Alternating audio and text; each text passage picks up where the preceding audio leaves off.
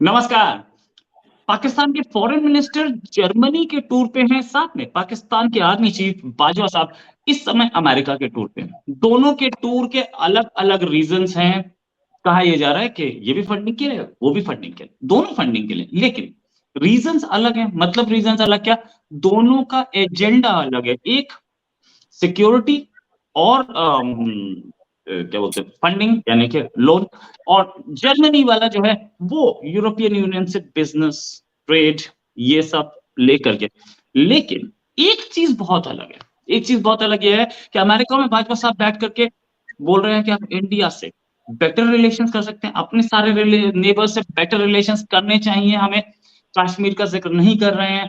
और दूसरी तरफ बिलावल साहब जर्मनी में बैठ के कश्मीर ज्यादा और बेटर रिलेशंस कम बोल रहे हैं। इसी पे बात करने के लिए हमारे साथ हमजा आमिर साहब हैं, जो कि वहां के एक सीनियर जर्नलिस्ट हैं। हमजा साहब, बहुत बहुत स्वागत है आपका हमारे शो में।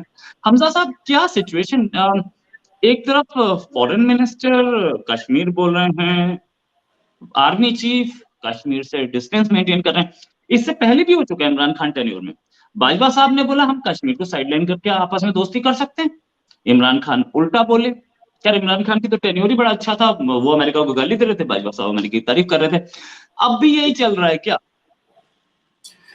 देखिए, पॉलिसी स्टेटमेंट अगर आप देखें तो दोनों की एक ही है। डिप्लोमेसी के लेवल के ऊपर अगर आप देखें तो फॉरेन मिनिस्टर बिलावल ने एक बहुत स्ट्रांग मैसेज जो है कम से कम यूरोपियन यूनियन के मुंह से बुलवा दिया। और वहां पे जाके खड़े होके उनका ये कहना शायद पहली दफा ऐसा हुआ है कि एक हायर लेवल के जो है काउंटर पार्ट पाकिस्तान के फॉरेन मिनिस्टर के, वो प्रेस कॉन्फ्रेंस पे खड़े होके कश्मीर के मामले को उस लेवल के ऊपर देख रहे हैं जिस लेवल से पाकिस्तान देखना चाहता है, यूनाइटेड नेशन रेजोल्यूशन के पैरामीटर के जरिए और लेंस के जरिए। तो एक तरफ डिप्लोमेसी है, तो वो तो पॉलिसी पाकिस्तान की स्टैंडिंग है पॉलिसी। साथ में जब आपने आर्मी चीफ का जिक्र किया, आर्मी चीफ ने भी बगैर नाम लिए कहा कि हम अपने नेबर से अच्छे ताल्लुकात चाहते हैं। लेकिन कहीं ना कहीं जो है ना, ये जो पॉलिसी स्टेटमेंट है वो उसके अंदर भी रिफ्लेक्ट कर दी। उन्होंने ये नहीं कहा कि हम कश्मीर का मामला साइड पे करके जो है हम बाकी मामलों के ऊपर बात कर लेते हैं, ट्रेड के ऊपर बात कर लेते हैं, बायलैटरल रिलेशंस के ऊपर बात कर लेते हैं। तो उसके ऊपर भी जो है कहीं ना कहीं लगता ऐसा है कि पॉलिसी स्टेटमेंट जो है वो दोनों की एक ही है, इन लाइन है। लेकिन हाँ, ये जरूर है कि आर्मी चीफ की एक स्टेटमेंट की एक हिस्ट्री भी है। वो हिस्ट्री ये है कि जब पाकिस्तान के फॉरेन मिनिस्टर है, जब शाह महमूद कुरैशी हुआ करते थे, तो उस वक्त जो है पाकिस्तान ने इंडिया से ट्रेड नहीं खोली थी, उसकी समरी रिजेक्ट कर दी थी और कहा था कि जब तक वो आर्टिकल 370 और 35A को रिवोक नहीं करेंगे तब तक हम इंडिया से कोई बात नहीं करेंगे। और बड़ा एक स्ट्रॉन्ग रिजिड का, हम इससे पीछे नहीं हटेंगे। लेकिन आपने उसी दौरान देखा कि लाइन ऑफ कंट्रोल के ऊपर सिमला एग्रीमेंट की दोबारा री इम्पोजिशन हुई और उसके अंदर मीडिएशन जो है वो दुबई में करवाई गई। उसमें पाकिस्तान और इंडिया दोनों शामिल थे और मिलिट्री लेवल की इंगेजमेंट थी, वो इंटेलिजेंस लेवल की इंगेजमेंट थी। तो उसका जो बैकग्राउंड है ना कहीं डिविएट करता है पाकिस्तान की पॉलिसी पोजीशन से वो। लेकिन आर्मी चीफ ने जो कहा और जो बिलावल भुट्टो ने कहा, बिलावल भुट्टो बहरहाल एक बड़ी अचीवमेंट लेके आ रहे हैं वहां से। वो ये कि उन्होंने यूरोपियन यूनियन में जर्मनी के जो है सीनियर मेंबर से जो है कश्मीर के ऊपर अपनी पोजीशन क्लियर करवाई है और उन्होंने बोला है। और साथ ही आर्मी चीफ का ये कहना कि हम नेबर से अच्छा ताल्लुक चाहते हैं, उनका हिंट सिर्फ कश्मीर की तरफ नहीं है, उनका हिंट अफगानिस्तान भी है और उनका हिंट इंडिया के साथ ताल्लुकात भी है। लेकिन कश्मीर बहरहाल वो पॉलिसी स्टेटमेंट के ऊपर प्रायोरिटी के ऊपर है। ये पहली बार नहीं है कि जर्मनी ने कश्मीर पे ऐसा स्टेटमेंट दिया हो गया हो। यही मैडम अभी 6 महीने पहले भी ऐसा स्टेटमेंट दे चुके हैं। तो हमें उम्मीद थी कि, और ऊपर से जर्मनी से सामान खरीदता है जर्मनी, पाकिस्तान के लिए, पाकिस्तान जर्मनी के लिए एक मार्केट भी है।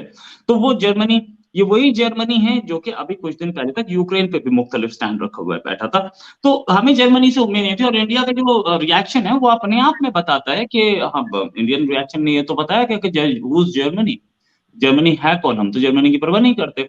तो और जर्मनी एक मिलिट्री पावर हो तो बोले, या यूएन के परमानेंट मेंबर हो तो बोले। तो जर्मनी का स्टैंड मायने नहीं रखता है। और यूरोपियन यूनियन में जर्मनी छोड़ के बाकी सारे जो लोग हैं वो इंडिया का मौकिफ मानते हैं। तो कोई ऐसा बड़ा स्टैंड था क्या? और साथ में अगर बाजवा साहब एक अलग स्टैंड कश्मीर का वो कश्मीर रेकअप कर सकते थे अमेरिका में, वो कश्मीर ला सकते थे।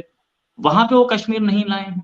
यहाँ जर्मनी से बुलवा के ऐसा क्या easy easy looking towards elections?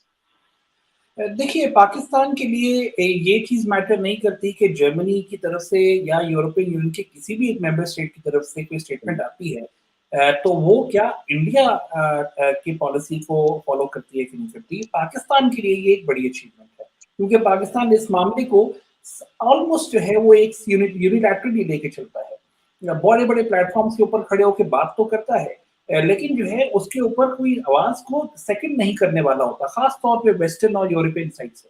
लेकिन इस तरफ होना ये एक बहरहाल एक पाकिस्तान के लिए अचीवमेंट है। ऑब्वियसली इंडिया के लिए इट डजंट मैटर, बिकॉज उनका जो है वो रिलेशनशिप इवन फाइनेंशियल टर्म्स के ऊपर भी, इकोनॉमिक टर्म्स के ऊपर भी पाकिस्तान से उसका मैग्नीट्यूड काफी बड़ा है। तो जर्मनी की पोजीशन जो है वो पाकिस्तान को वैल्यू करती है, इंडिया को करे या ना करे लेकिन पाकिस्तान को जरूर करती है। और एक बहुत छोटा सा स्टेप है कि अगर किसी और मुल्क ने इसको सेकंड किया है तो पाकिस्तान उसको बहरहाल जो है वो बड़ा चढ़ा के दिखाना चाहेगा, क्योंकि अगेन जैसे मैंने कहा कि एक बड़ी मुश्किल स्ट्रगल है ये पाकिस्तान की, जो पाकिस्तान लगा रहता है इसके ऊपर बात करता रहता है लेकिन कहीं से उसको सपोर्ट उस तरह से मिलती नहीं है, चाहे वो मुस्लिम वर्ल्ड ही क्यों ना हो। तो इसलिए पाकिस्तान के लिए ये अचीवमेंट है। जहां तक आर्मी चीफ की स्टेटमेंट की आपने बात की, मेरा नहीं ख्याल कि आर्मी चीफ जो है वो इलेक्शंस की तरफ देख रहे हैं, लेकिन हाँ ये जरूर मैं बिलावल की बात कर रहा हूँ। जी, मैं बिलावल की बात कर रहा था, बिलावल के इलेक्शन की ओर देख रहे हैं, क्योंकि कश्मीर में अगर ओआईसी में भी कश्मीर लाए थे पिछले वाले प्राइम मिनिस्टर साहब, ओआईसी में लाए, ओआईसी ने उनके स्टैंड पे कहीं कहीं रजामंदी दिखाई, लेकिन इंडिविजुअली सारे कंट्रीज उनके स्टैंड से, ओआईसी की और कश्मीर के पाकिस्तान के स्टैंड से अलग दिखते हैं। तो कोई ऐसा बड़ा अचीवमेंट मुझे दिखता नहीं है पाकिस्तान की तरफ से या बिलावल साहब की तरफ से कि उधर जर्मनी में कश्मीर अगर बोल ही दिया गया, जिस जो कि वेरी मच एक्सपेक्टेड था, इससे पहले भी ये मैडम बोल चुकी हैं, अगर बोल ही दिया गया तो क्या ये इलेक्शन की ओर देख रहे हैं और बाजवा साहब एक प्रैग्मेटिक पॉलिसी लेके चल रहे हैं जो इलेक्शन पे नहीं देख रहे, या कुछ और something else is going on? देखिए, बिलावल साहब को पहले मैं एड्रेस कर दूं। बिलावल साहब ने जो वहां जाके जर्मनी में खड़े होके और वहां पे ये स्टेटमेंट आना, इसके बहरहाल एक पॉलिटिकल गेन है।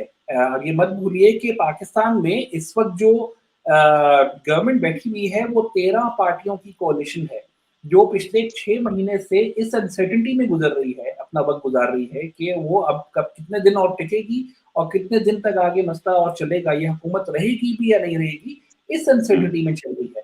अब क्योंकि वो क्लाउड जो है वो शेड होना शुरू हो गया है, इमरान खान का प्रेशर भी जो है वो आहिस्ता आहिस्ता मेल्ट डाउन हो रहा है, क्योंकि वो बार बार कह के जो कह रहे हैं वो कर नहीं रहे।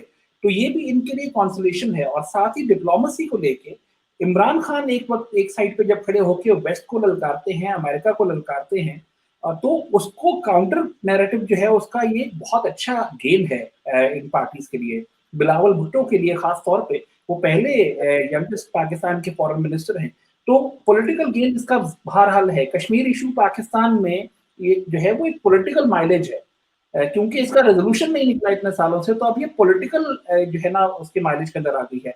नॉट नेसेसरीली मीनिंग कि इससे जल्दी इलेक्शंस हो रहे हैं, लेकिन हाँ एक जो गेम है वो गेम को आगे उसको लेके चलना तो है, वो एक फेदर तो लगाएंगे ना अपने ऊपर। अगस्त में इलेक्शंस हैं, देखिए अगस्त में हुकूमत चली जाएगी, अगस्त में कोई दूर नहीं है, कुछ महीने रह गए हैं। 3 महीने की केयरटेकर के बाद 90 डेज आप निकाल लीजिए तो आगे महीने ही कितने रह जाते हैं इसके लिए। तो आई थिंक ये इसका पॉलिटिकल गेम जो है वो बिलावल और अपनी ये जो गवर्नमेंट है ये अपने फेदर्स में लेके चलना चाहेगी। अभी दिखाएगी तो बाद में इसको मैनिफेस्टो में दिखाएगी अपने कि हमने डिप्लोमेसी को कैसे आके ठीक किया। या ये तो है, यहाँ पे वो एक पॉइंट तो स्कोर कर जाएंगे, नो डाउट अबाउट इट।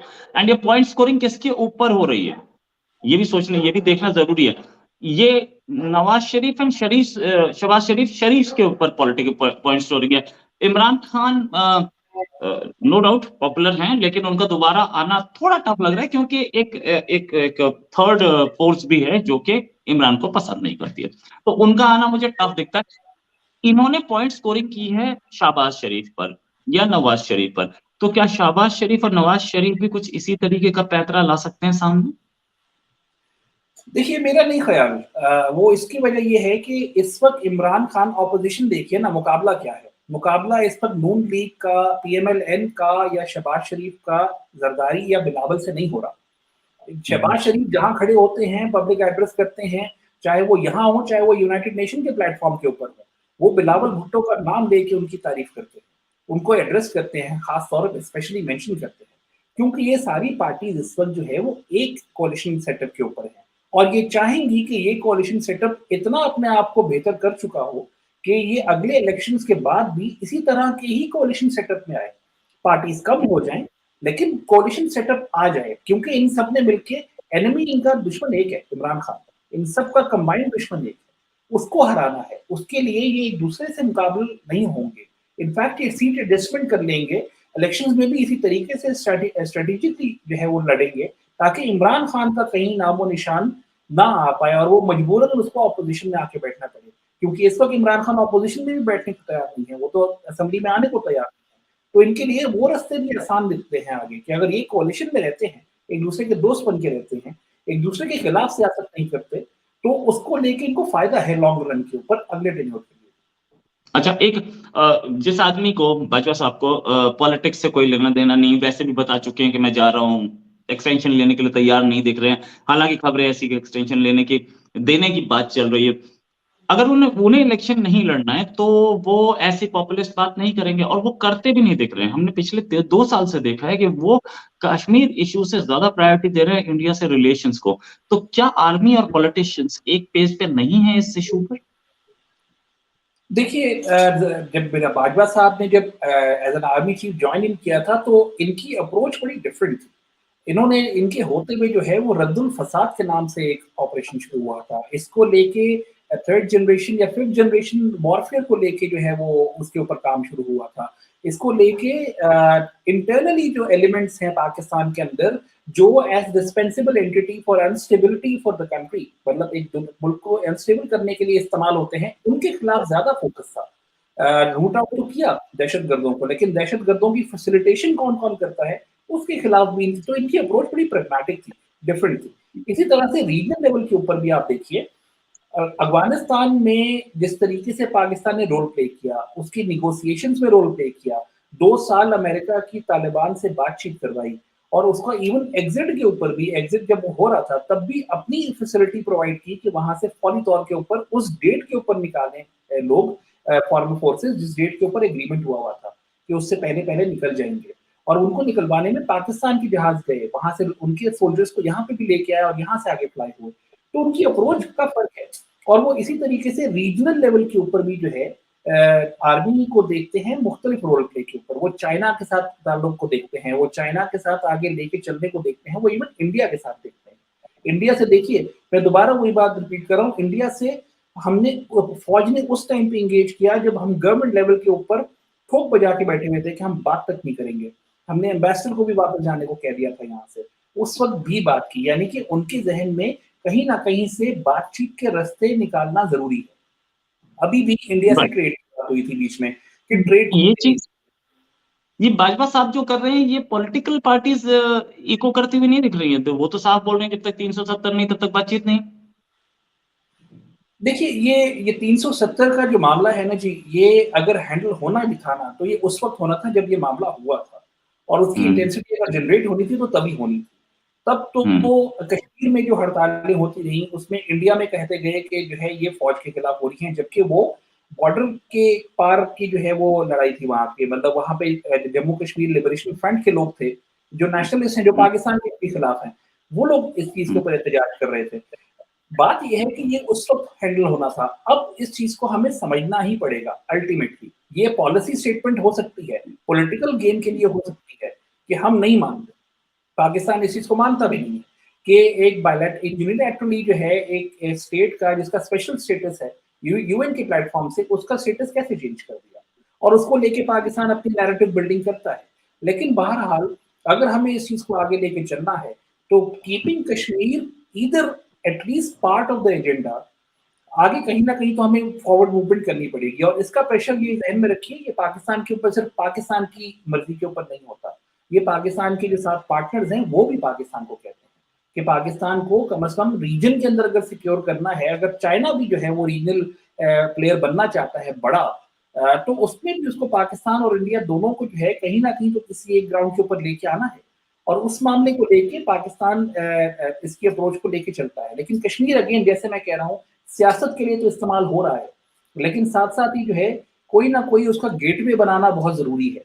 उसके ऊपर अगर बात भी करनी है तो भी बनाना ज़रूरी है। उसके लिए एक-दूसरे की कॉन्फिडेंस बिल्डिंग मेजर्स की ज़रूरत है। अगर वो confidence building measures trade open करके हो सकते हैं या किसी और मामले के ऊपर पहले बात करके और उसके बाद कश्मीर को लाके हो सकते हैं, तो व्हाई नॉट? बात नहीं करेंगे तो कैसे होगा? पाकिस्तान तो मिसालें देता है। अफ़गानिस्तान में देखिए, लड़के क्या मिल गया? बातचीत से मसला हल हुआ। ऐसे ही वो रशिया यूक्रेन के ऊपर भी पाकिस्तान यही बात करता है। तो कश्मीर के मामले के ऊपर भी पाकिस्तान ने ये ज़हन अभी मैं आपको बताऊँ फॉरेन मिनिस्टर बिलावल ने कहा कि हमें उसी लेंस से जिस लेंस से हम यूक्रेन और रशिया को देख रहे हैं और वहाँ पे जो मामला चल रहा है उसको हम कंडेम कर रहे हैं और हम बातचीत के ऊपर ज़्यादा फ़ोकस कर रहे हैं, उसी लेंस से हमें कश्मीर को देखना चाहिए। यानी कि वो ये वहाँ पे भी ये कह रहे हैं कि हमें बातचीत करनी चाहिए। कश्मीर का मसला हल होना भी है, अगर कोई मसला है भी वहाँ पे तो एटलीस्ट सबसे पहला स्टेप बातचीत होगा। अदरवाइज़ लाइन ऑफ कंट्रोल के ऊपर गोलियाँ तो हम चलाते आ रहे हैं कब से, बमबार एक-दूसरे के ऊपर करते आ रहे हैं, तो वो इस तरह से चलता रहेगा और हम एक ऑलमोस्ट इर्रेलेवेंट हो गए हैं इस मामले को लेके दुनिया के सामने। Right, thanks a lot Hamza साहब, बहुत बहुत शुक्रिया आपका हमारे साथ ज्वाइन करने के लिए और इनसाइट देने के लिए कि what's going on inside Pakistani politics. उम्मीद है जल्दी आपके साथ एक और डिस्कशन करेंगे एक और पॉइंट के साथ। अभी के लिए नमस्कार, धन्यवाद।